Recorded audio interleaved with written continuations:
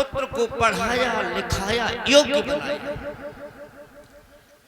जब बेटा योग्य हुआ, प्रभु कृपा से बच्चे की सरकारी नौकरी लग गई। बेटा मां की सेवा करने लगा। थोड़े समय के बाद में जब बेटा का विवाह हुआ, घर में बहू आई। बहू ने बूढ़ी मां को देखा, कहने लगी हैं कि हम तुम्हारी मां के साथ नहीं रह सकते हैं।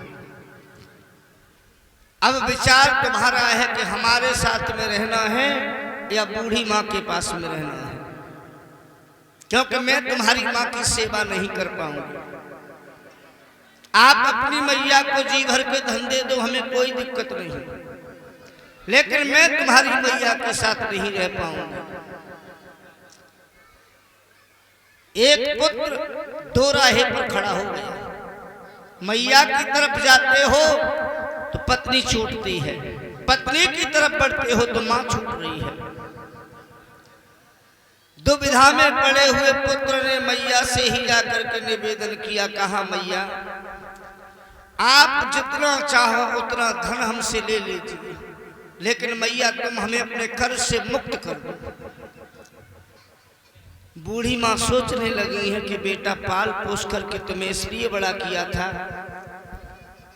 कि पुत्र जब तुम बड़े होंगे हमारी सेवा करोगे, लेकिन आज वही बेटा कह रहा है कि मैया हमें कर्ज से मुक्त कर दो। मैया कहने लगी है कि पुत्र हम तुम्हें कर्ज से मुक्त कर देंगे, लेकिन एक बात है, एक रात तुम्हें हमारे साथ में सोना पड़ेगा, फिर हम तुम्हें कर्ज से मुक्त करेंगे। वो बेटा अपनी पत्नी के पास में गया, कहा मैया कह रही थी कि एक रात तुम्हें मेरे घर में सोना होगा, उसके बाद में तुम मेरे कर्ज से मुक्त हो। पत्नी कहने लगी जीवन भर के सर दर्द से अच्छा है कि एक दिन दुखी रह लो, जाओ मां के पास। बेटा जब मां के पास सोने के लिए आया, मैया बिस्तर लगाए हुए थी। आधे बिस्तर पर मां लेट गई, आधे बिस्तर को पानी डाल करके गीला कर दिया, पानी डाल दिया, गीला कर दिया। कहा पुत्र लेट जाओ। बेटा बिस्तर पर बैठा, कहा मैया बिस्तर तो गीला है। मैया कहने लगी बेटा एक रात की बात है, गीले बिस्तर पर सो जाओ, क्या दिक्कत है। लेट गया बेटा, लेकिन नींद नहीं आई, नींद नहीं आई माताओं। थोड़ी देर बाद उठकर खड़ा हुआ, कहा मैया इस बिस्तर पर हमें नींद नहीं आती है। आखिर आप कहना क्या चाहती हो। कहा पुत्र मैं कुछ नहीं कहना चाहती हूं, एक रात की बात है, तुम गीले बिस्तर पर मेरे साथ सो जाओ। फिर बेटा सो लेट गया है, लेकिन नींद बुजुर्गों फिर भी नहीं आई। मध्याह्न रात्रि के बाद में उठ करके खड़ा हो गया, कहा मैया हमें गीले बिस्तर पर नींद नहीं आती है। मैया कहने लगी पुत्र एक रात गीले बिस्तर पर नहीं सो पा रही हो, लेकिन तुम्हारी खातिर पुत्र मैंने महीनों गीले बिस्तर पर सोया है। जब तुम छोटे थे पेशाब करने के बाद में बिस्तर गीला कर देते थे, मैं तुम्हें उठा करके सूखे में सुला देती थी, मैं स्वयं गीले में सो जाती थी। दूसरी तरफ भी पुत्र जब तुम बिस्तर गीला कर देते थे तो हम तुम्हें उठा करके अपने सीने पर सुला दी थी, मैं सारी रात भीगे बिस्तर पर सोती रहती थी। आज तुम पत्नी के चक्कर में पड़ करके मैया से कह रहे हो मैया जितना चाहो उतना धन ले लो, लेकिन हमें कर्ज से मुक्त कर दो।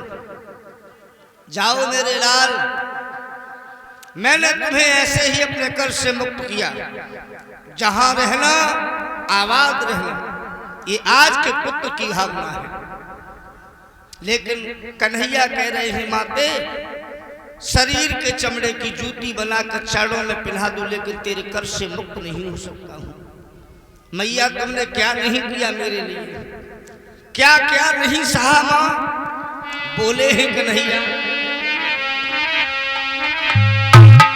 दिन रेन बिराने उल्हान सहे पर में कौन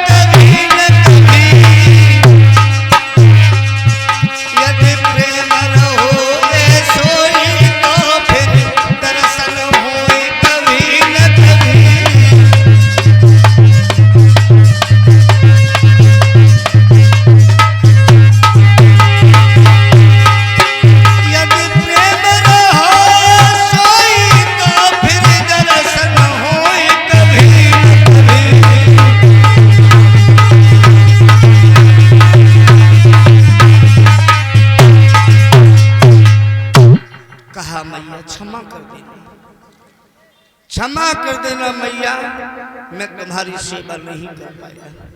माते जाना मेरी मजबूरी है। मैया यशोदा समझ गई कि कृष्ण के वियोग की घड़ी आ गई है। हृदय को मजबूत मैया यशोदा करती हैं। कहा पुत्र आज हमारी समझ में आ गया है कि पराये धन से कोई धनवान नहीं होता है।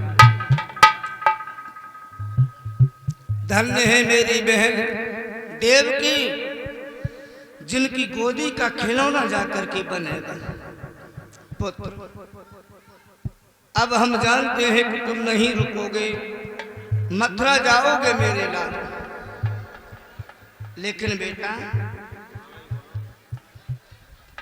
जा रहे हो मेरे लाल, एक वचन मैया को दोगे क्या? दर्शन कब होगा?